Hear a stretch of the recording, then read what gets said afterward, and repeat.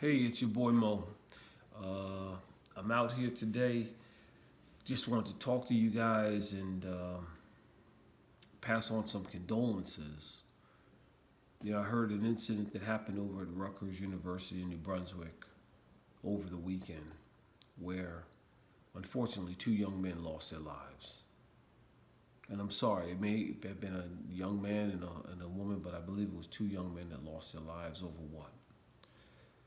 I, I'm hearing that there was a party, somebody got into an argument or fight, and then someone brandished a gun, and minutes later,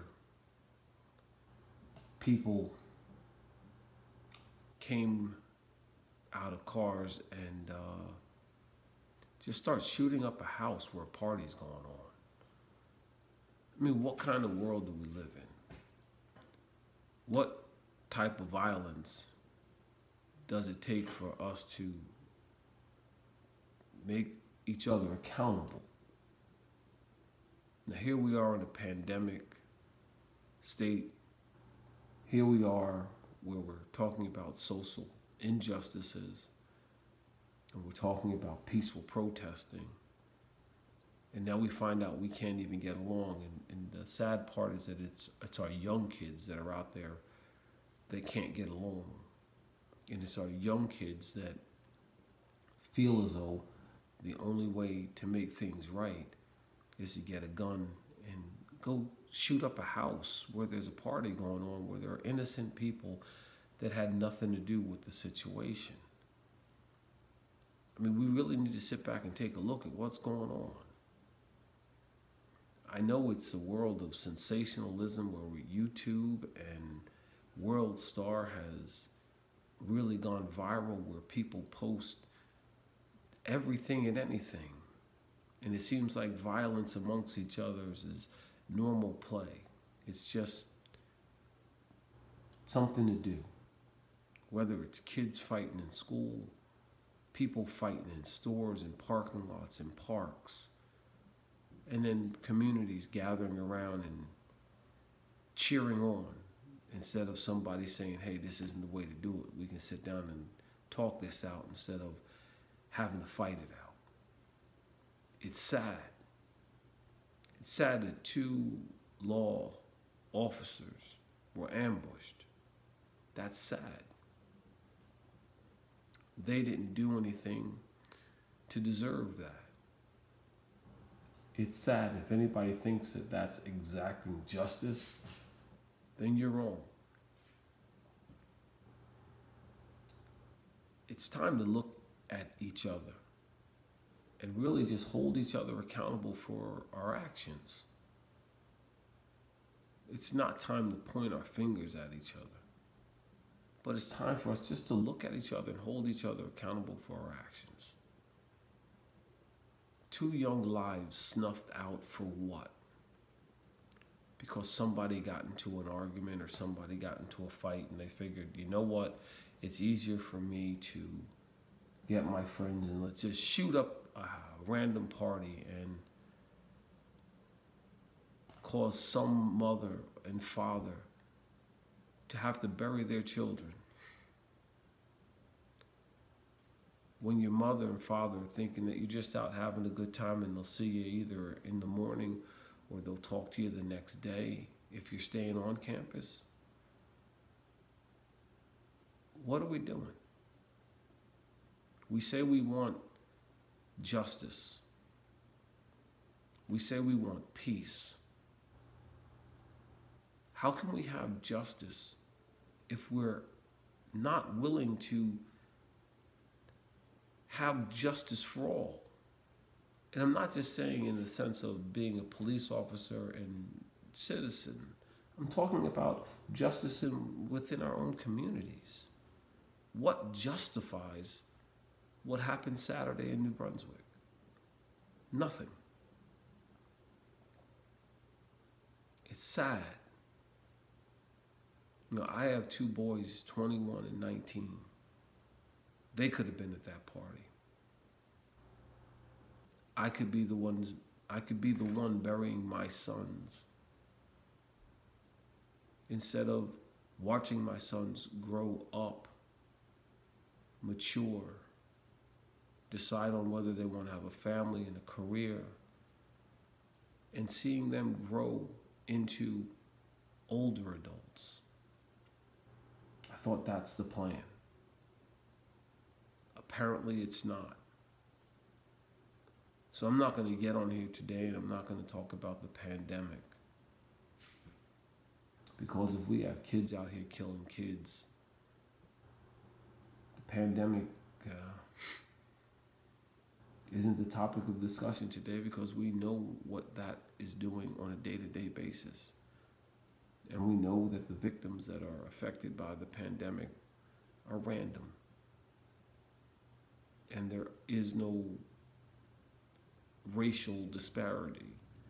It's just random. You catch it and you have to deal with it. But these acts of violence, someone's choosing.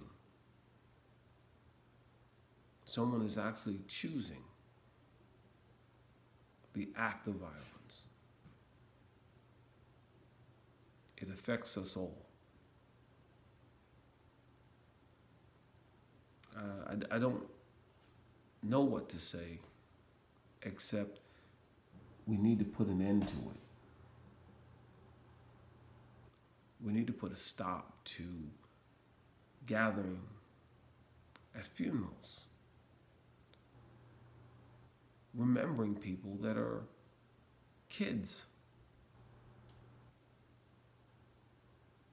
Not kids burying their parents because they died of old age, but kids gunned down in the prime of their life. For what? Does it make a person a man because they have the ability to pull a trigger? I don't think so.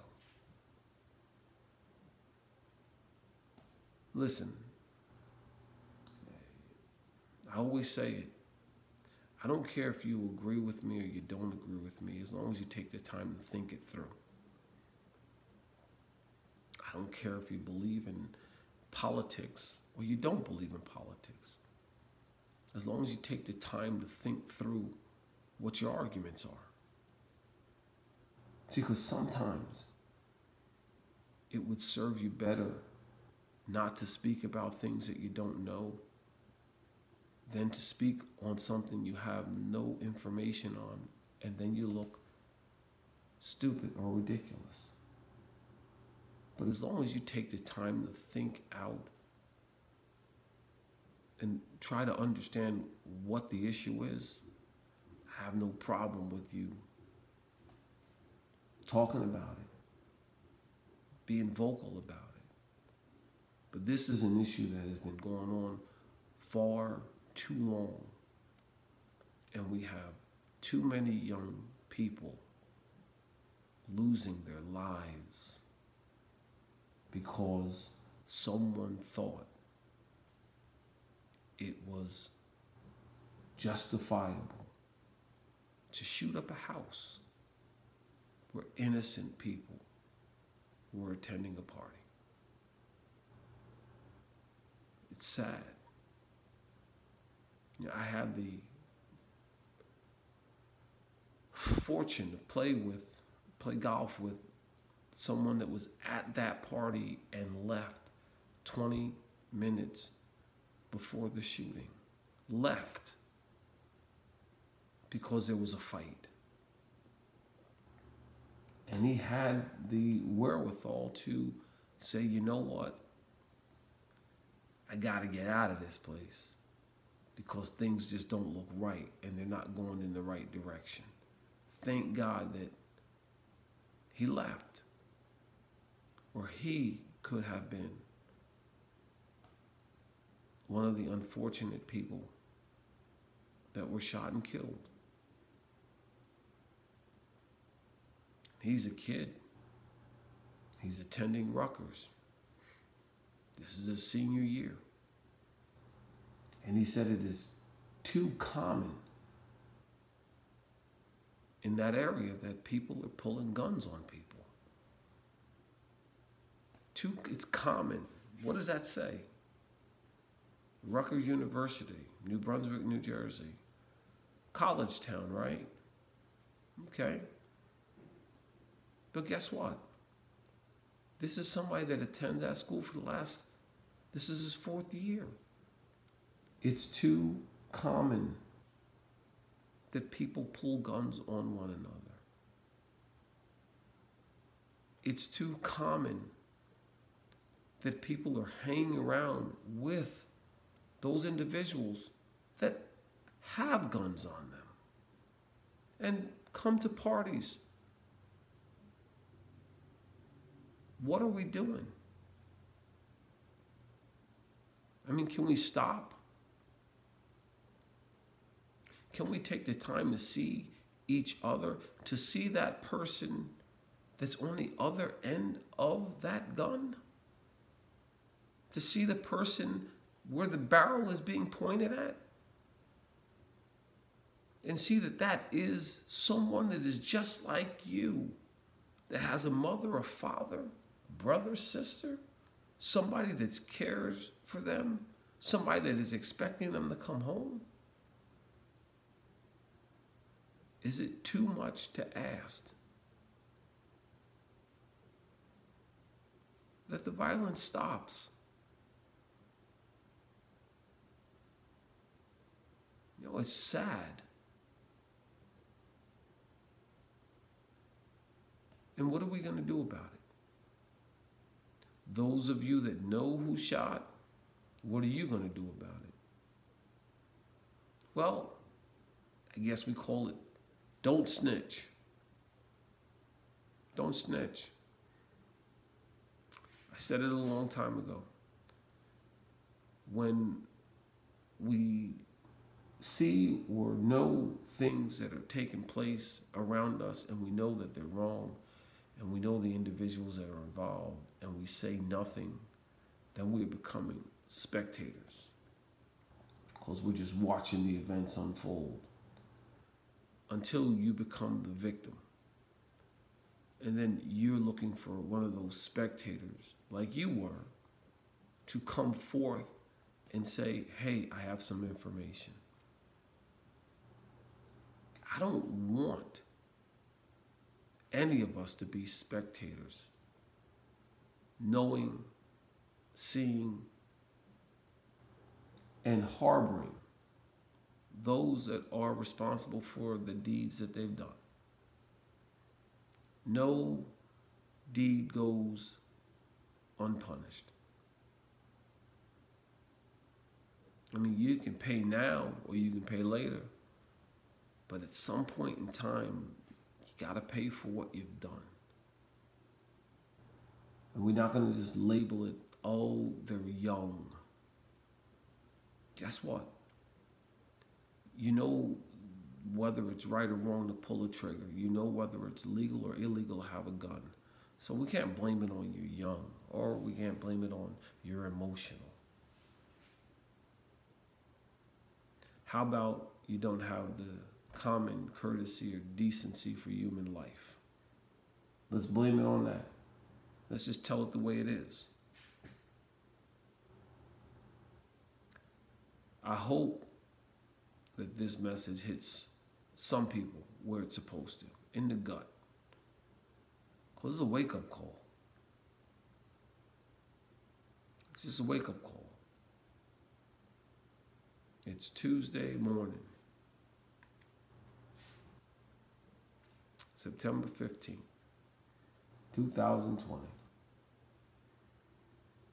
And not to add to the death toll of the pandemic, but we just have to add to the death toll of young, innocent people where violence claimed their lives. Nothing to do with anything that they did, but someone chose to shoot up a house. Individuals chose to shoot up a house. This is your boy Mo. I hope that you feel as sad for the parents of those who lost their children, as I do. I'm a parent first. I'm a parent first. And the way life is supposed to be is my kids are supposed to bury me. I'm not supposed to bury my kids.